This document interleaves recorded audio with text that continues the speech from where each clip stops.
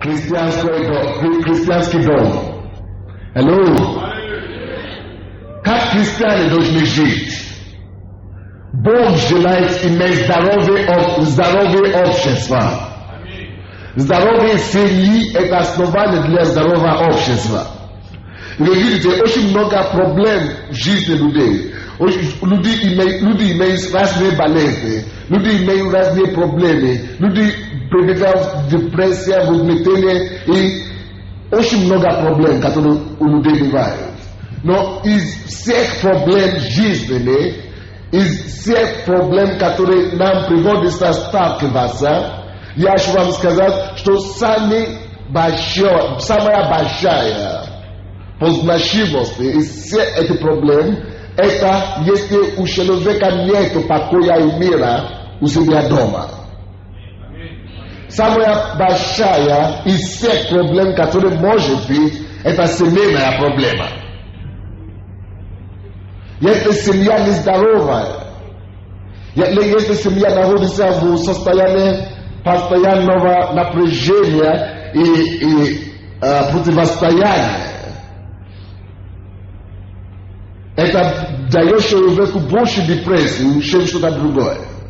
Это угнетает человека больше, чем что-то другое. Это не желательно, и Бог тоже не хочет, чтобы мы пребывали в этом состоянии.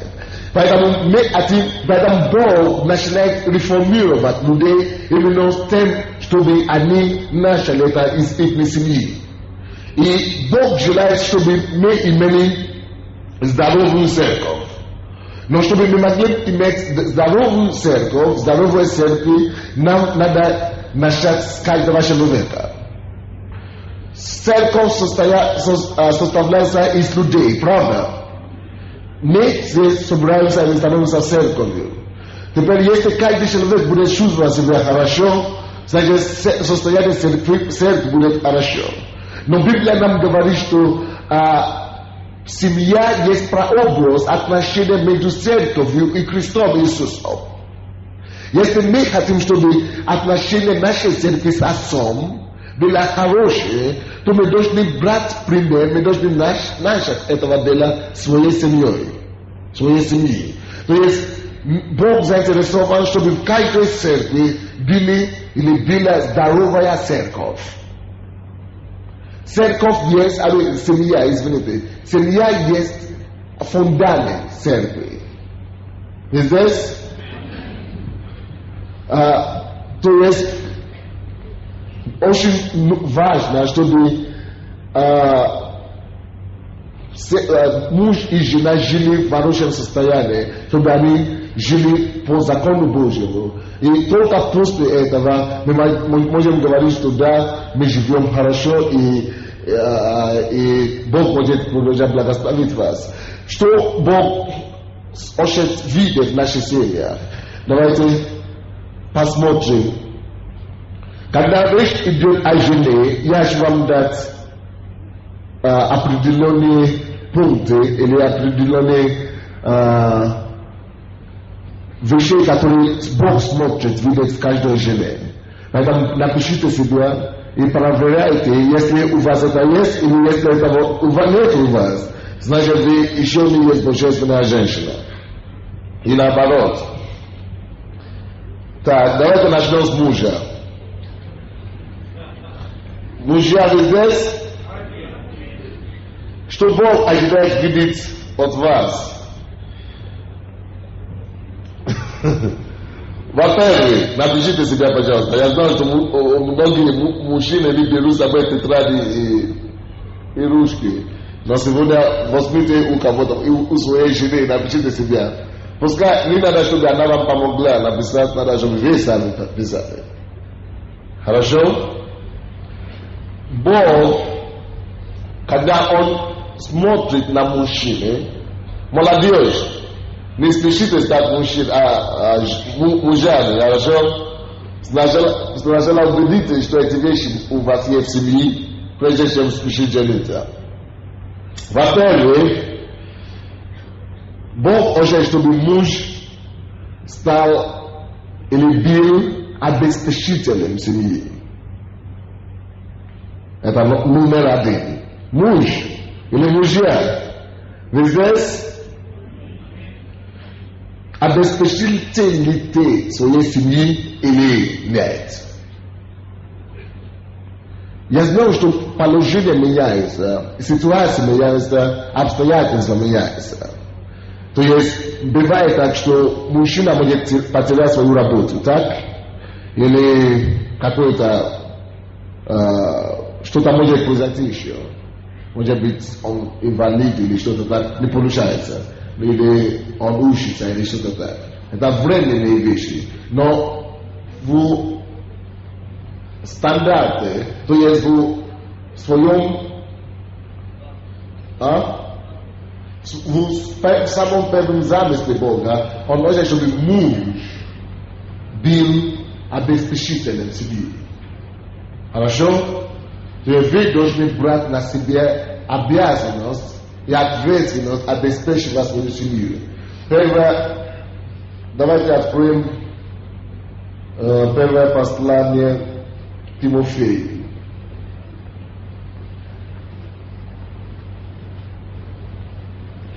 Пятая глава, 8 стих.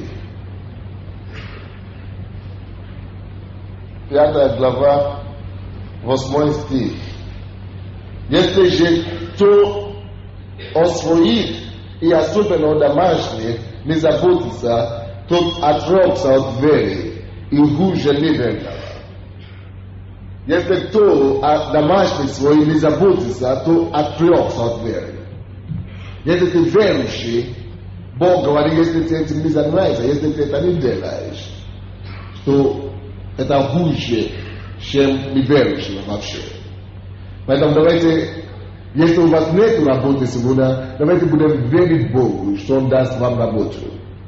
И вы будете выполнить эту роль в вашей семье, чтобы быть обеспечителем семьи. Во-вторых, что Бог ожидает от мужа? Бог хочет, чтобы муж был защитником. Защитник семьи, жены и семьи. Мужья, защищаете ли вы свою семью? Молчат. Без ответа, да? Защищаем? Это надо еще проверить.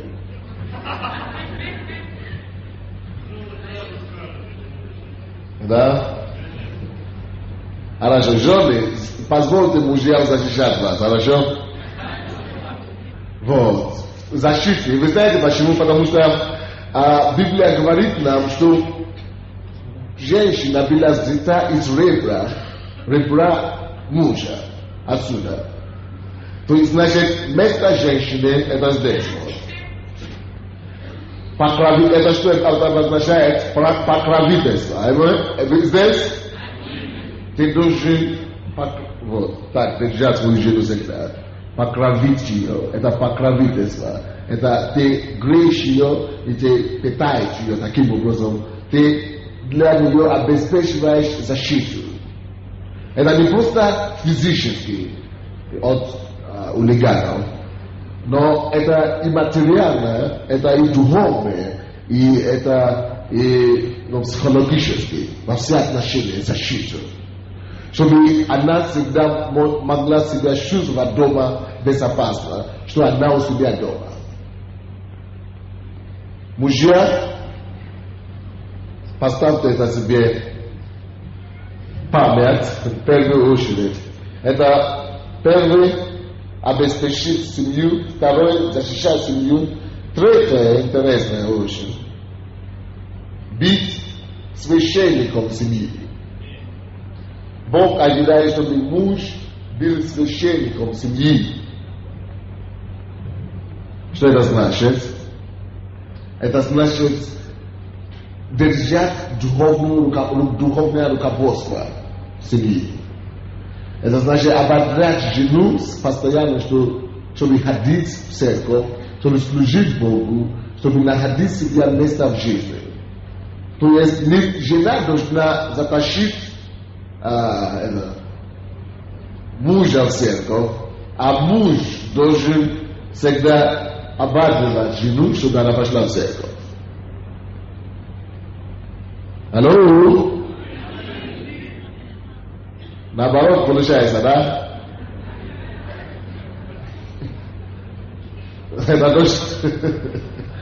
Это точно ведь так. Муж есть священник семьи. Почему? Потому что Библия говорит, что Иисус есть главе церкви, а муж главе семьи. Поэтому, если вы еще не доросли до такого, чтобы быть духовным священником дома, то работайте над собой. Что входит в обязанности священника? Священник в Старом Завете каждый год, но сегодня в Новом Завете священник должен каждый день, каждый день вы должны построить алтарь. Знаешь, что такое алтарь? Вы должны построить алтарь и принести жертву Господу каждый день.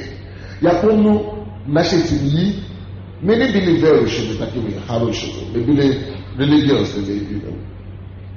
Но все равно в нашей семье 5 часов утра будят нас.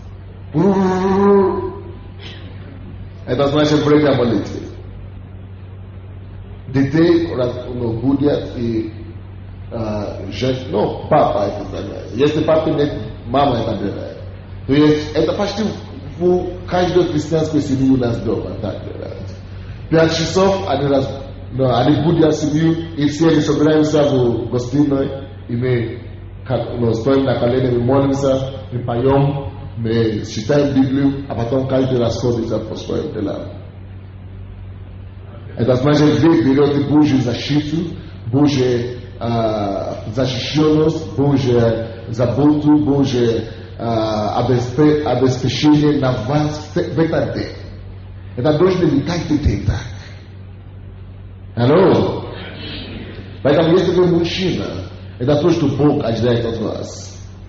А если жены, если ваши мужья еще слабые, или они неверующие, тогда жены могут выполнять эту работу, эту позицию, именно духовно. Это не говорит о том, что жена должна быть главой семьи. Это просто говорится о том, что духовно, потому что духовно нет разницы между мужчиной и женщиной. Понимаете? Поэтому именно эту роль женщина может выполнять. Если у нее нет мужа, допустим, или если муж неверующий, или если муж еще новообращенный, слабый верный, тогда жена может это делать. Потому что в духовном мире, в христианстве, в Христе нет разницы между мужчиной и женщиной. Вот поэтому в этом плане, именно в этом вопросе, жена может заменить мужа. Hello? Но у каждой семьи, кто хочет быть серьезной семьей, кто хочет иметь успех, каждая семья, которая хочет побеждать сатану каждый день, должна быть семейный алтарь. Это обязательно. Если вы хотите иметь успех в вашей повседневной деятельности, в вашей семье, в вашем бизнесе, в вашем деле, чтобы у вас не произошли какие-то неожиданности, у вас должен быть семейный алтарь.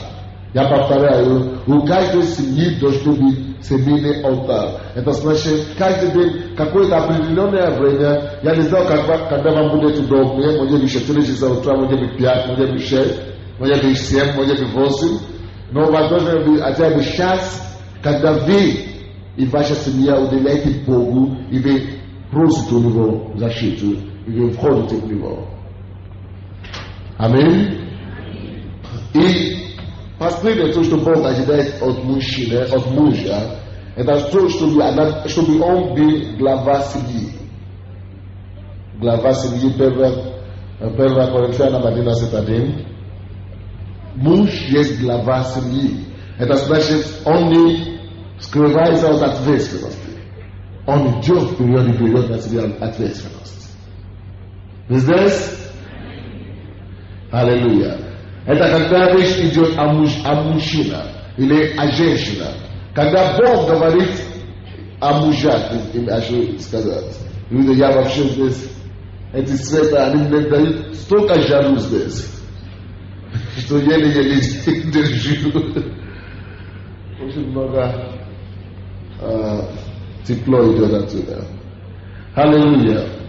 То есть, когда Бог говорит о муже, Он хочет, чтобы муж видел себя именно так, как обеспечитель семьи, защитника семьи, священник семьи и глава семьи. Если вы собираетесь жениться, будьте уверены, что вы в состоянии все это делать. Алло? Если вы не уверены, значит вы еще не готовы. Молодой человек, готов ли ты обеспечить кого-то кроме себя? Или ты хочешь на шею папы и мамы это свалить? Тогда ты еще не муж. Ты только это самое, символический муж. Ты не муж на самом деле. Муж это не просто когда мужчина спит с женщиной. Быть мужем значит иметь эти 4 основные качества. Вы здесь? То, что ты живешь с женщиной, это еще не значит, что ты муж. Ты никакой не муж. Ты трус. Если у тебя нет, если ты не обеспечитель, если ты не защитник, если ты не священник, если ты не глава, можно тебе футболировать. Можно тебя пренебрегать в обществе. Ты не зачем хваляться, даже если ты ходишь в костюме. Пускай, но... Хорошо, теперь очередь женщины, а то женщины уже начали... Ваша очередь будет сейчас. Аллилуйя. Теперь что Бог ожидает от женщины, когда Бог говорит о женах, что Он имеет в виду, что Он ожидает от них? Во-первых, я вижу некоторые женщины, они напишут, что там будет? Во-первых, Бог ожидает, чтобы женщина, Бог создал женщину вообще не для того, чтобы она стала феминисткой. Я карьеру ищу, карьеристкой. Это значит человек, который работает. С утра до вечера я приду на работу. Не когда готовит дома. Не когда гладит или делать массаж мужу. Не когда стирает или гладит одежду. Я на работу. Это не ваше дело вообще, да. Вы можете работать, но Бог вас не создал для этого. У вас есть больше и вещего этого предназначения, чем просто станками гулять с утра до вечера. Или с бумагами. Или служить другому мужу, секретарем, свою жизнь. Во-первых, Бог хочет, чтобы женщина была женой. Жена. Кто может мне сказать, что такое жена? Жена это имеет это самое, вы знаете, такое женственность. Так? Женственность это то же самое слово, как жена. И у вас есть что-то, как женщина в себе, которой нет у мужчины. Бог вас создал женщину. И когда вы вступаете в брак, союз с мужчиной, вы должны оставаться прежде всего женщиной. Ласковой, мягкой и нежной. Вы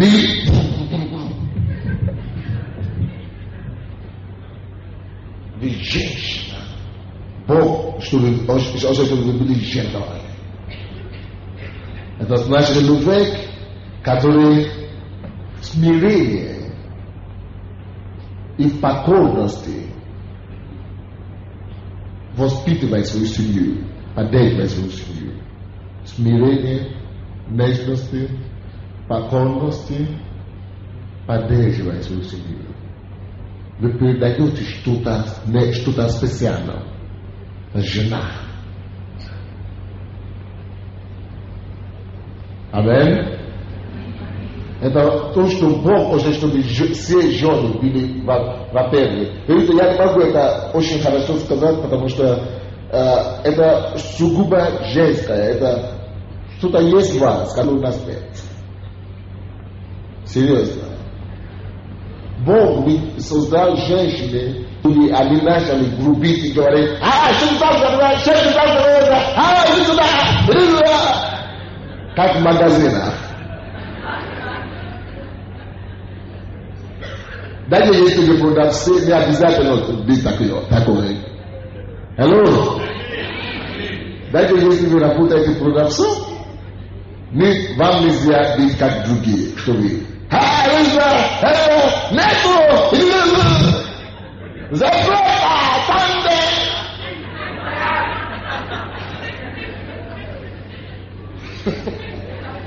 Даже если Санде, будут женщины.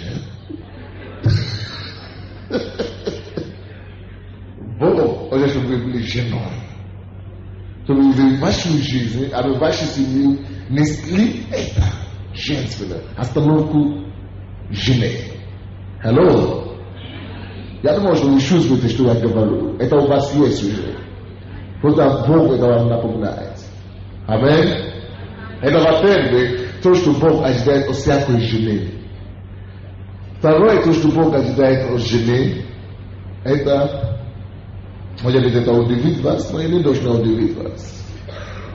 Бог хочет, чтобы каждая жена была мамой, матерью. Бог хочет, чтобы вы были матери. Не обязательно рожать детей, но это в первую очередь мать. Поэтому мать, что рожает детей, но помимо этого, это значит заботиться о детей, о детях. Бог хочет, чтобы женщина, чтобы жена в доме была матерью. Матерью не только для своих детей, но матерью для своего мужа тоже. Вы видите, когда Библия говорит, что люди женятся, Библия говорит, муж оставит отца и матери и прилепится к своей жене. Вы знаете почему? Потому что он ожидает, чтобы Бог ожидает, чтобы жена стала ему матерью. Заменила ему матерью. То есть он не просто твой муж. Ты видишь, ты должна знать, что я, как его жена, должна делать для него то, что мать всю жизнь делала для него. Вы понимаете, почему очень многие тещи, да? Тещи не любят свою невесту. Вы знаете почему? Свекрови, извините. Почему многие свекрови не любят свою невесту? Потому что они видят, как невеста относится к своим сыновьям, и они думают, она хуже относится к нему, чем я. Я бы лучше, как мама, я бы лучше делала. Почему это? А женщины, а невесты, вы знаете, что невесты всегда говорят, невесты всегда жалуются на свекрови. Они говорят, все свекровы такие, они всегда плохие. Нет. Это потому что вы не заменили ее. Это потому что вы, как жена, вы думали, что вы только женщина или только любовница. Вы не видите себя как матери. Moja vile kati materi. Noto kati no pouco já estou de vida de libertar de kati materi. Lia musha. Alô? Vai dar perder. Bom, vocês estão de caide genoi bila gente, não é? Doma. Sobre caide genoi bila gente, não? Vai sobre caide gente, não? Sobre caide genoi doma bila materi, l'habité e bila muja. Visai de kati fa musha o shit é da bom. At night, você tem outros, modo de gato, na verdade. E paiete se via com as vecro da boa. E pas motrite kat vecro grita consiste a quase mojo. Posta pas motrite, posta na bludaite. E ele faz o vídeo de estou vas no trabalho. Não como na tua glória. Alô? Depois fala pirra. Habacho que bicho de lá era deles. Agora estreitas tu pouco agidai originei. É da pouco agidai tu me caia agina bila doma azaico. Doma hazaico. Nikaturi duma ustu eta askrableme bi doma azaico ele eta livros ele eta o cabone especial nosso. Daí este de engenheiro, daí este de doutor na UC. Se ora propõe que estou vivendo doma azaico. Vivide a todos os modos de ensinar é possível o mulher engenheiro, todos ya doma ya de topavende. Ludi katole meyasnai simi ali meya drugom pod drugomos na observe. Estou ne очень отличительно. Потому что я охраняю себя проповедника, когда я ухожу отсюда. А дома я муж. Я, другой совсем. И то же самое. Даже если вы женщина, и вы начальник или директор предприятия, или, что с кем угодно, даже если вы министр или депутат, но дома, bom, hoje estou vivendo doма azaico. Bom, hoje estou vivendo gatole na cucle. Eu vou operar de doma. Estou vivendo estiriano, estou vivendo doма azaico. Amém? Mas a mulher vai isto, e a cerco bigu. Já cerco nada pegar. No, bom, por esse possível que via doma, tem vergonha na sua adulto. Abadom można spuścić serce. Amen? Daje jest женщина проповедник, все равно дома она должна обязана выполнять эту работу.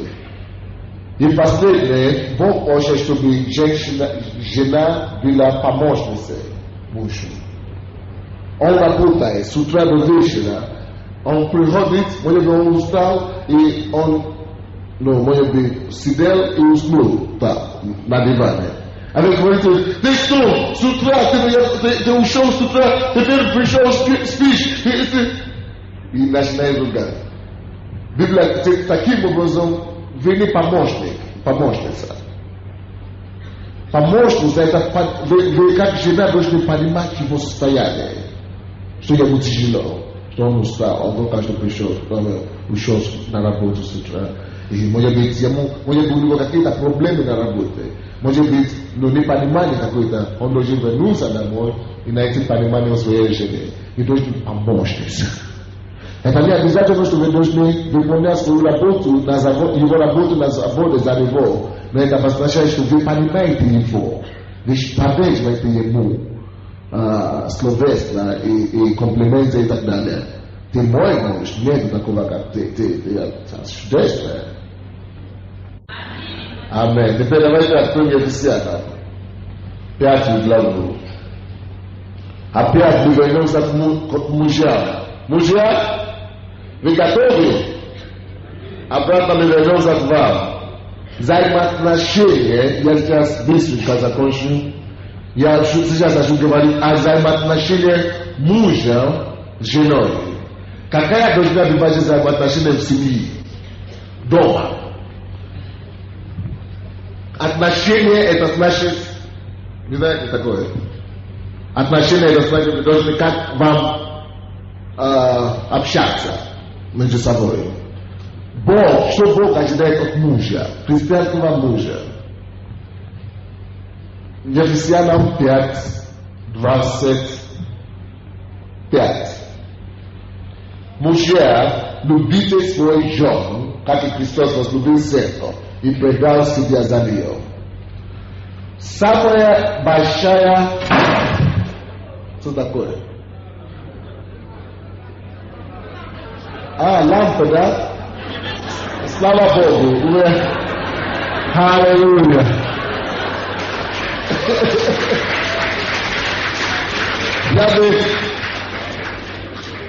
Если бы эта лампа не ушла, я бы не знал, я бы, наверное, умор попал уже. Я уже еле-еле стою на ноге здесь.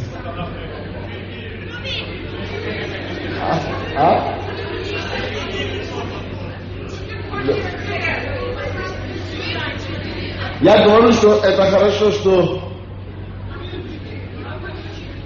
если выключат, я темный человек, вы меня не увидите. А я не смогу видеть Библию. Как вам считать?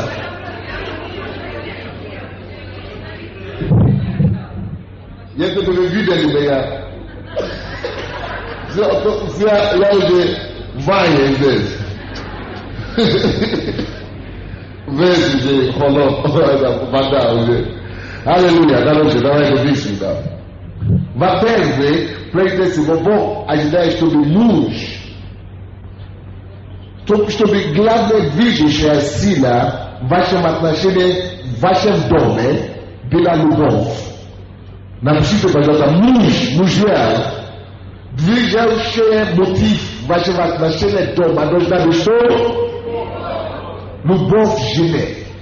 Библия говорит, что мужья возлюбите ваших жен, как Христос возлюбил церковь. Каким образом и предал себе за нее. Ваша любовь должна быть так сильна, что вы готовы жертвовать. Напишите это слово жертвовать своей жене. Есть многие безответственные мужей в мире сегодня, которые готовы жертвовать что угодно для чужой жены, но только не своей жены. Это люди, которые хуже неверного. Это люди, которые служат не Богу, а сатане по-настоящему. Они тратят в компании с другими мужчинами тысячи или миллионы купонов, но у дома ничего не остается, не оставляет. Но Библия говорит, что мужья, то, что должно двигать ваши отношения. О, слава Богу!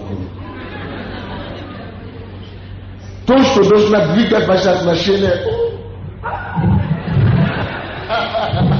Аллилуйя! Давайте начнем проповедовать. Да, теперь я могу спокойно проповедовать. Короче, то, что должно двигать ваши отношения к своей жене, всегда должна быть любовь. Вы должны иметь огромную любовь к своей жене. Это значит любить ее больше, чем кто-то другой может ее любить, или больше, чем вы можете любить кого-то другого. Аминь. И почему Бог говорит об этом? Потому что Бог знает проблемы мужчины. Вы можете думать, что я не такой, или я не стану таким.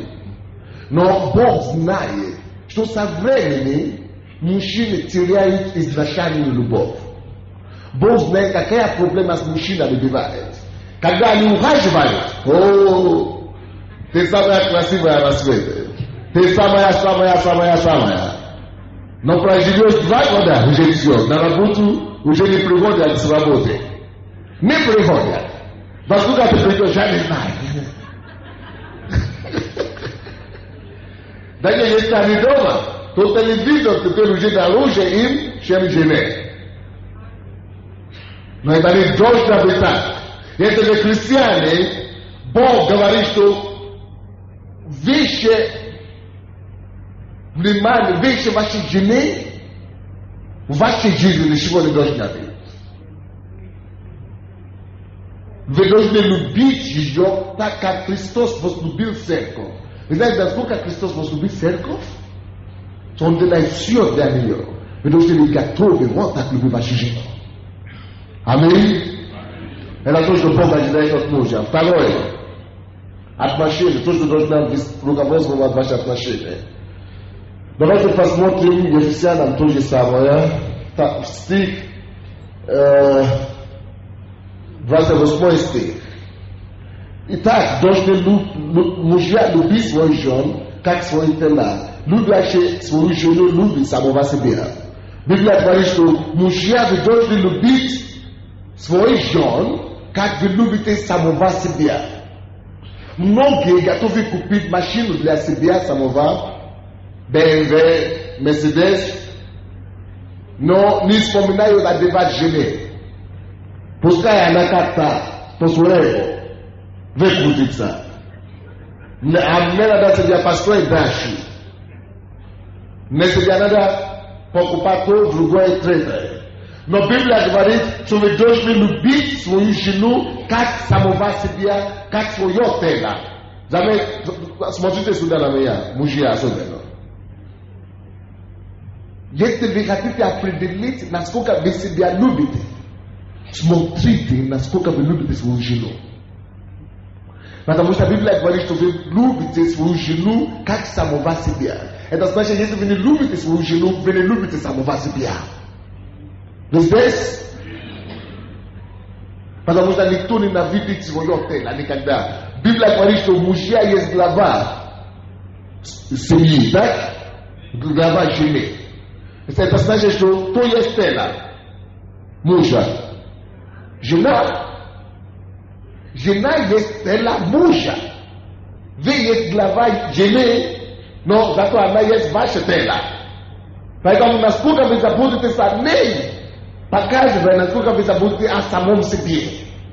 Поэтому тем больше вы заботитесь о ней, тем больше вы любите себя.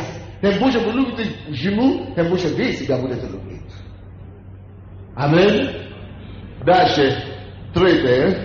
Это то, что руководствует отношения дома между мужем и женой. Я говорю, муж должен греть и питать жену. Здесь написано, это 29 стих, ибо никто никогда не имеет ненависть своей плоти, но питает и греет ее, как и Господь церковь. Муж греет и питает жену. Это все понятно? Вы одеваете ей, это значит, вы греете ей, питаете, это значит, что вы даете ей все то, что ей надо, чтобы и о волосе заботиться, о креме заботиться, и так далее, и так далее. Вот, вы греете и питаете ее. Потому что мысль на одной тело. Следующее. Здесь Библия говорит, 31 стих, что муж, поэтому оставит муж отца своего и мать, и прилепится к жене своей, и будут двое одна плоть. Жена должна быть дороже мужу, чем туда другое. Чем работа, чем развлечение, чем что-то другое. Библия говорит, что муж оставит все,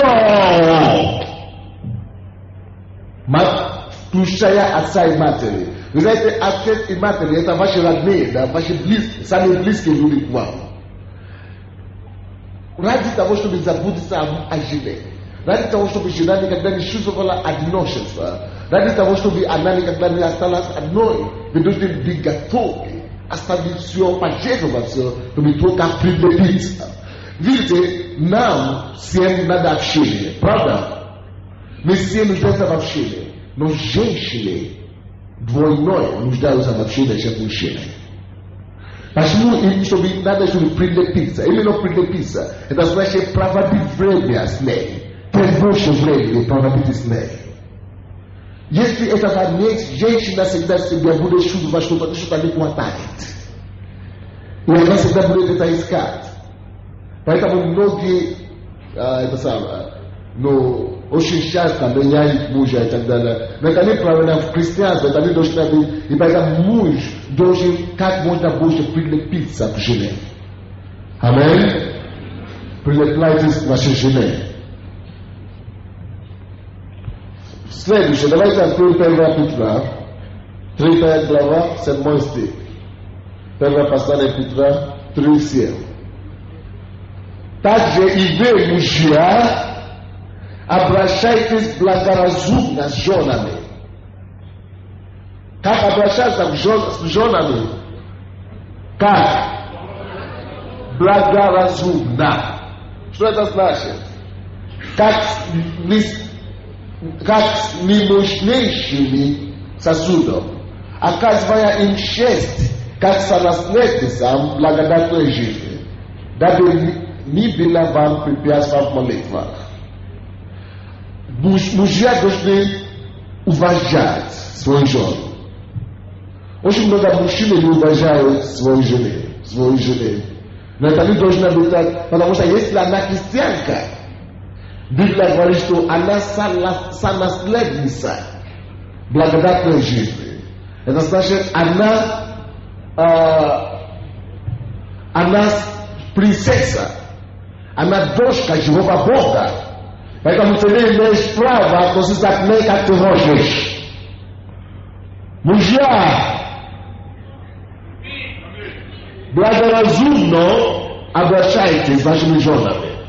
Она не просто Нариса, или Надежда, или Люба какая-то, за которую ты женился, когда она была школьница или студентка, или рабочая. Она сейчас стала наследницей благодатной жизни, она стала дочкой живого Бога. Поэтому осторожно. А то если ты будешь пренебрегать ее, Библия говорит, что у тебя не будет ответа на молитве. Будет препятствие. А благоразумно значит, вы учитываете всегда, что она немощнейшая, она слабая сосуд. То есть она слабая. Значит, вы будете относиться к ней с пониманием. Пониманием, что она женщина, она что? Моя жена, ничего. Аллилуйя. Теперь, жены, я закончил. Что, как вы должны относиться к вашему дому, к вашему мужу и вообще. Давайте откроем опять Ефесянам, 5 глава. Ефесянам 5, 22 по 24 стихи. Жены, повинуйтесь своим мужьям, как Господу. Жены, повинуйтесь своим мужьям, как Господу. Это самая большая проблема женщины. Я уже вам сказал, самая большая проблема мужчины, это то, что они всегда теряют отношения изначально к жене, они теряют любовь. Но самая большая проблема женщины, это то, что они часто не находятся в повиновении. Они не послушны мужу. Они часто думают, что они лучше знают.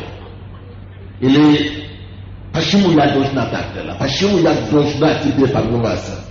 Разве у меня нет своей головы? Разве я что-то не знаю? Разве я не могу это делать?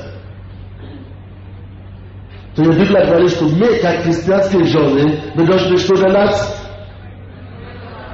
Повиноваться. Это есть основание успешной христианской жизни. Если вы не готовы повиноваться вашему мужу, вы еще не готовы быть женой. Лучше, чтобы вы жили одна. Тогда вы будете там господина. Почему? Потому что Библия говорит, что во всем есть власть. Глава, Бог есть глава Христу. Иисус повинуется Богу. Так? Церковь jest powinnoența Hristos jest głowa cerkwi. Mąż jest głowa żony. No, ale mąż to jest powinnoența komu? Chrystusowi. To jest mąż, jaki mąż должен повиноваться Богу. А жена должна повиноваться мужу. А дети должны повиноваться жене. 3:1 по 5 стихи. 1 Петра 3, с 1 стиха до 5 стихи. Если ваши мужья не верующие, что делать? Если муж не верующий, что делать?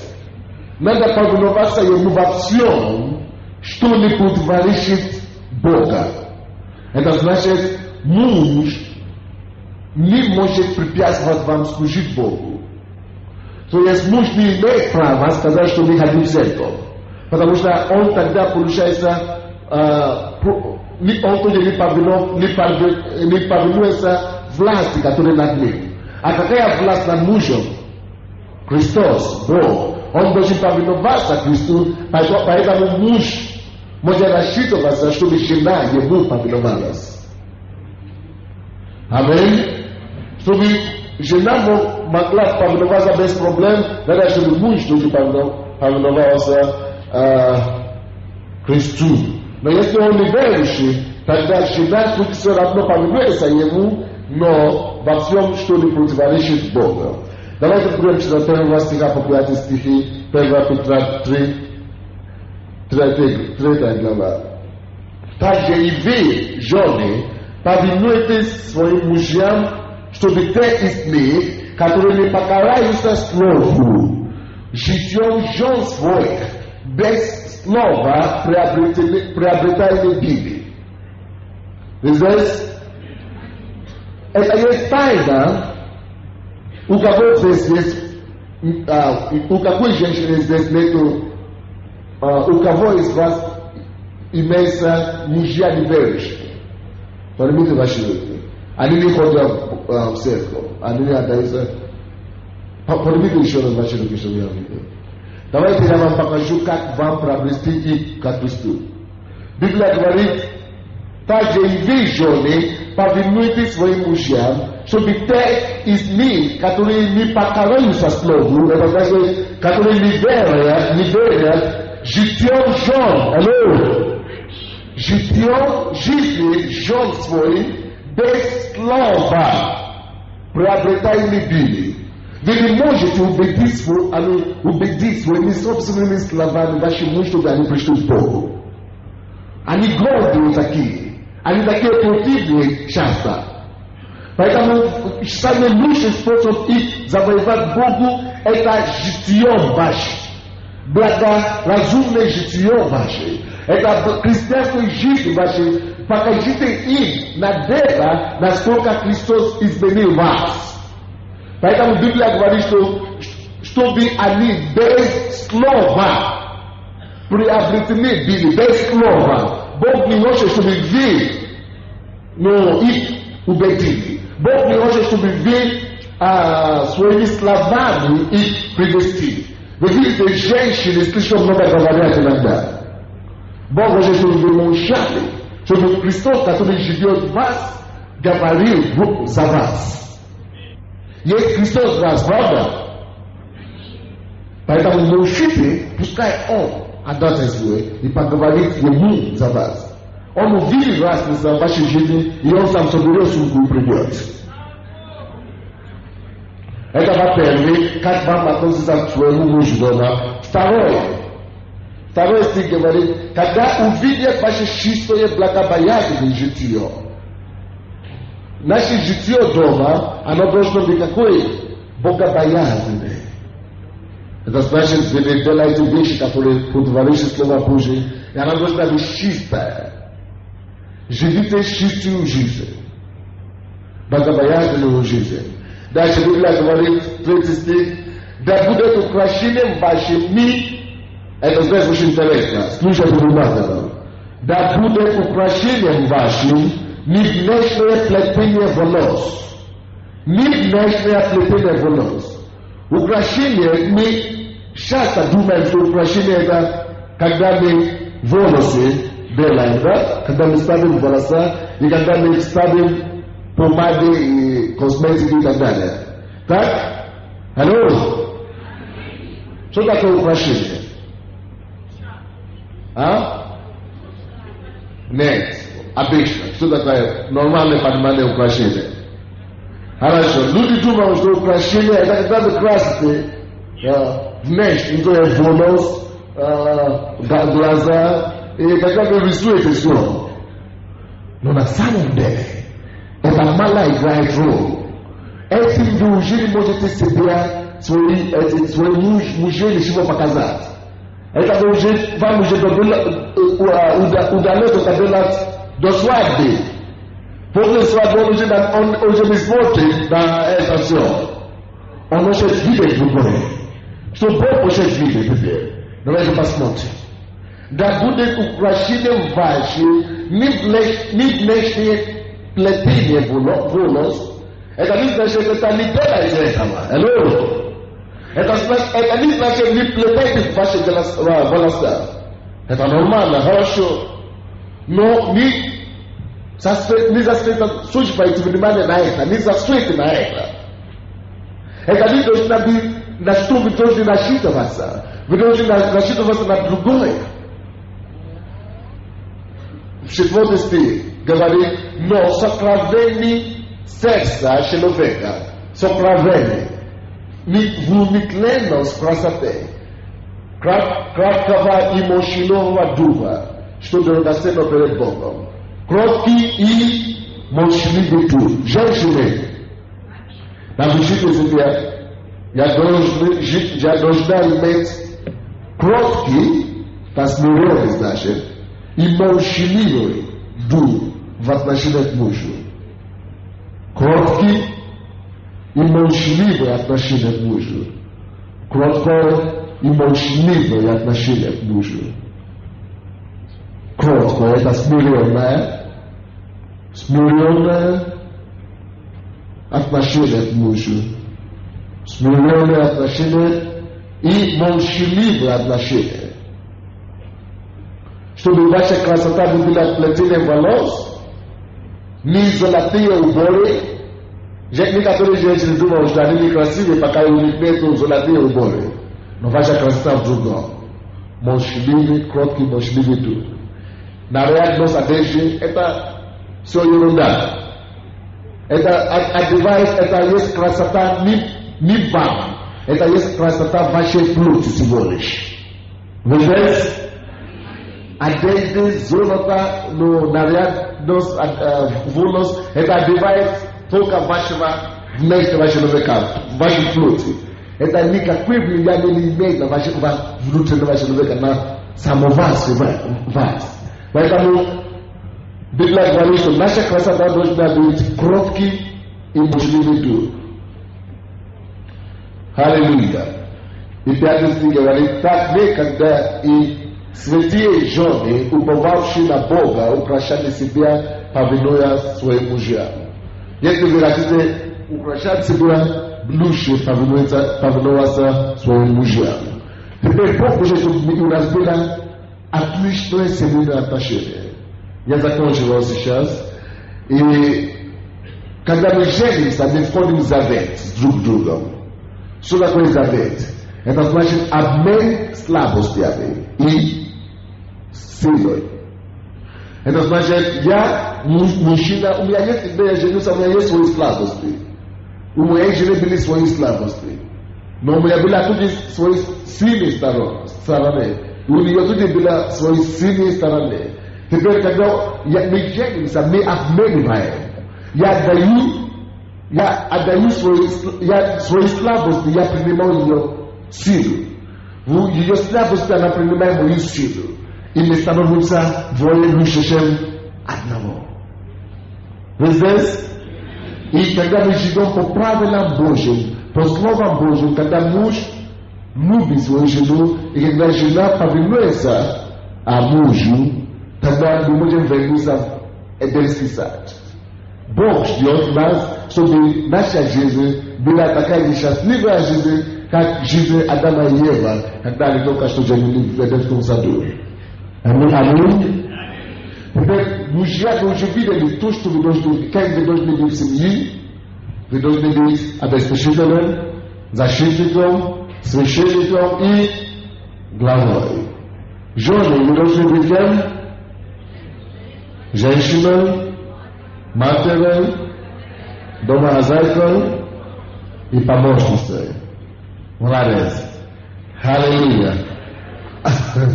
А потом